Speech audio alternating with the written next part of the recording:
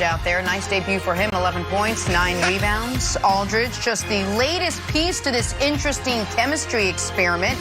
Kyrie talked about that chemistry after the game. Take a listen. When you talk about culture, it doesn't just happen overnight. You know, you don't just build a team in a week or 2 weeks. You got to make some major moves, and we made some major changes this year. And I just really want to say this too. We don't take any day for granted either, because there were days when we were on other teams trying to build a championship culture on our own, or we took on that role and it just wasn't fitting with the guys or whatever the case may be. You know how the NBA culture goes, you know, like if a team doesn't get along, you know, they'll make up a whole bunch of things. And here we don't want that bickering, all that nonsense in our locker room. We're literally dedicated to performing the craft of basketball at a very high level for one another, because we want to see each other win. I think we've all won enough individually. Got a few champions on the team, but now I want to see others have that same championship level mindset, mentality, and then exemplify it. You know, it's one thing to just say it. Everybody has talks after games, like, let's do this. But the culture that's being built is that accountability, holding each other to that standard, that championship standard. And it's not easy, bro. It's never easy, because, you know, you got to get uncomfortable. All right, we got Chris Broussard with us this morning. Broussard, good morning. Thanks for hanging out. What do you make of Kyrie's comments on the Nets building a, quote, championship culture there in Brooklyn? I think what he's really talking about is how these guys are enjoying playing with each other and how they're having fun. You can see it. Aldridge was just out there for one game. Blake only a few games. But you can see they're having fun, and obviously Kyrie, KD, and Harden get along. Outside of that, Kyrie better hope he's wrong, because they are essentially trying to do what he said, build a championship culture overnight. That's really what they're doing, exactly, relatively speaking. And if they win this championship, it will be virtually unprecedented. I mean, they have a first-year coach who has never coached at any level.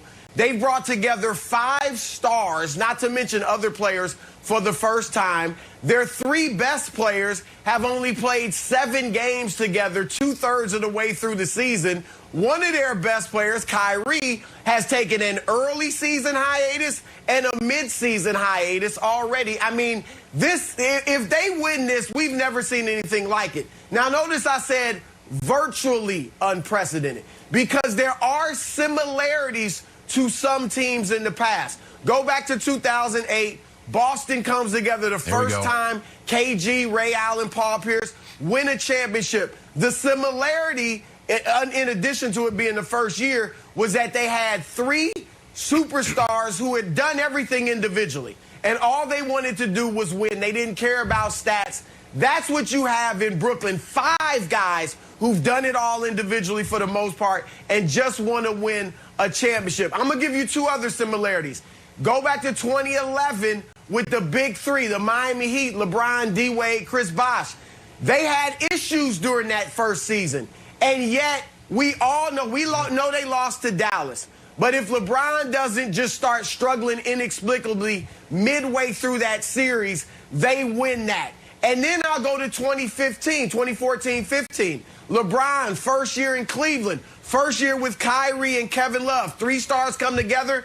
David Blatt, first year head coach. LeBron takes an early season hiatus for 2 weeks, goes down to Miami. He tweets about Kevin Love, fit out, fit in. They had issues. And what happens? They get to the finals, and if Kyrie and Kevin Love don't get hurt, I think they beat Golden State. So it can happen. It's unusual, and we've never seen it to this extent. But when you've got the talent and you've got the buy-in, it's possible. Right.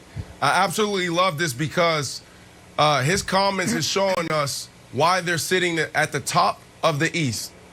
Because a lot of times we talk so much about the physical. We talk so much about, can these dudes do it on the court, and we don't talk about the chemistry and the personalities in that locker room. Now, here we say it, but we say it at a surface level. Ray Lewis said something yesterday that blew my mind. He talked about there's 2 things we got to focus on as young men in the locker room: detours and distractions.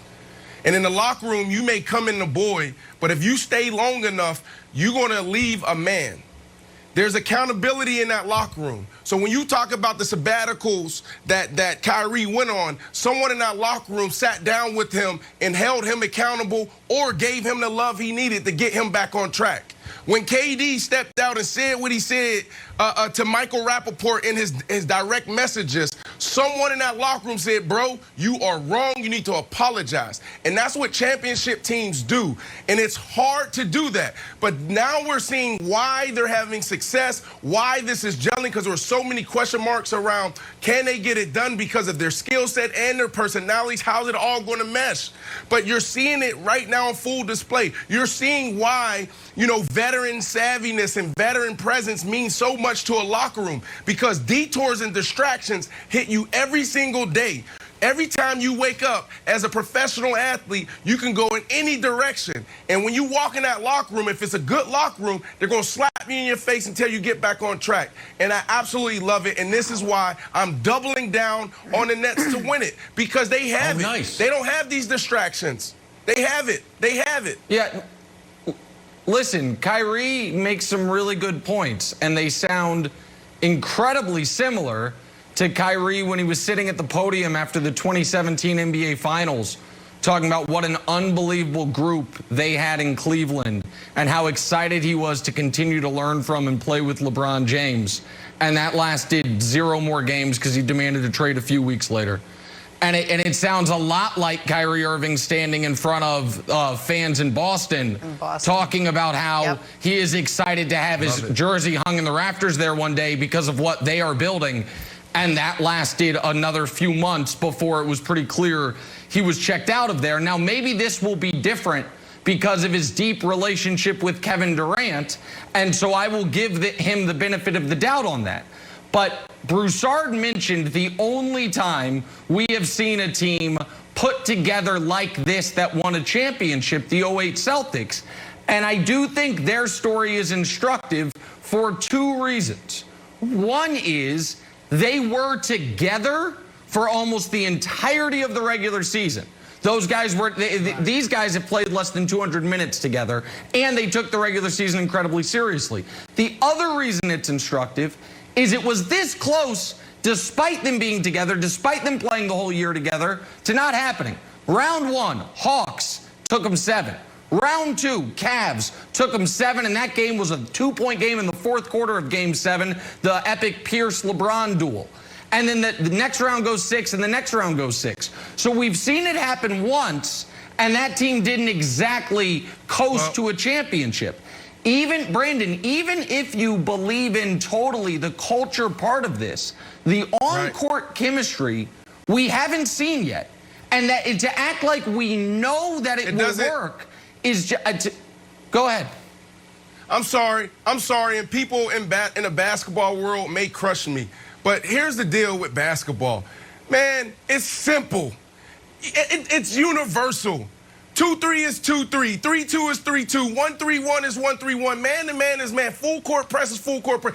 Pick them up at half court is half court. Spread the court, spread the court. These are the same plays. We're going back to the wooden days, and we're still running some of these plays. Come on. So to think that it's hard to do, it's ridiculous. It's the reason why it can work is because you have 3 guys who's done it at the biggest at the highest level, and their IQ is off the chart. But I want to push back on you with something you said when you talked about, Kyrie Irving, and this is something I said during football season. We don't talk about the mindset enough. We don't incorporate the mindset of the player enough when we talk about game to game, week to week, year to year. You went back to 2017 talking about what he said on a podium. The maturation of players. Do you understand how many guys, and that's why I open with, you come in a boy and you leave a man. You come in dating all these girls and then you get married, you settle down, you have kids. So that's the thing that we don't talk about. So we're still holding some of these athletes accountable to what they did a year ago, 2 years ago, 3 years ago. So you're seeing the maturation of Kyrie Irving. If we're talking about, so I don't have to go back to 2017 or 2019 with the Celtics. How about this year?